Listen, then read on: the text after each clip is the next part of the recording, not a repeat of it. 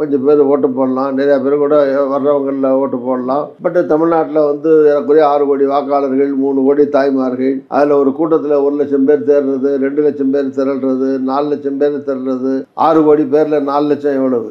10 லட்சமே இருக்கிற ஒரு கூட்டத்தில் 6.5 கோடி வாக்காளர்களில் ஒரு இடத்துல 10 லட்சம் பேர் நின்றுட்டா போதுமா அது? அதனால் அதுக்கு நிறையா வண்டி எடுத்து கொடுத்து வாசி எடுத்து கொடுத்து ஏற்பாடுகள் பண்ணி எந்த கட்சி வேணாலும் நிறையா செலவுகள் பண்ணி வரலாம். இல்லை ஒரு கவர்ச்சியிலையோ அட்ராக்ஷன்லையோ விருப்பத்திலையோ வரலாம். ஆனால் அந்த ஒரு கூட்டத்தை வச்சு வெற்றியை நிர்ணயிக்க முடியாது. ஏன்னா யாரும் 6 கோடி வாக்காளர்களையும் கூட்டம் போட முடியாது. தமிழ்நாட்டில் 4 லட்சம் 5 லட்சம் 10 லட்சம் 20 லட்சம் கூட நிற்கலாம். 6.5 கோடி எங்கே, 20 லட்சம் எங்கே, 10 லட்சம் எங்கே? அதனால இந்த கூட்டம், ஒரு கூட்டம் வந்து 5 லட்சம் இருந்துச்சு, அதனால அவர் ஜெயிச்சிருவாரு. இது 6.5 லட்சம் வந்துச்சு, அதனால அவர் ஜெயிச்சிருவாரு. ஏன்னா ஓட்டர்ஸ் 6.5 கோடியில் இருக்காங்க. அதனால கூட்டம் ஓட்டுகளாக மாறாதுன்னு நினைக்கிறீங்க? மாறாதுன்னு இல்லை, மாறினாலுமே பத்தாதுன்னு சொல்றேன். 10 லட்சம் பேர் சேர்ந்து 10 லட்சம் பேர் ஓட்டு போட்டா 6.5 கோடியில் 10 லட்சம் ஓட்டை வச்சு ஜெயிக்க முடியாதுல்ல.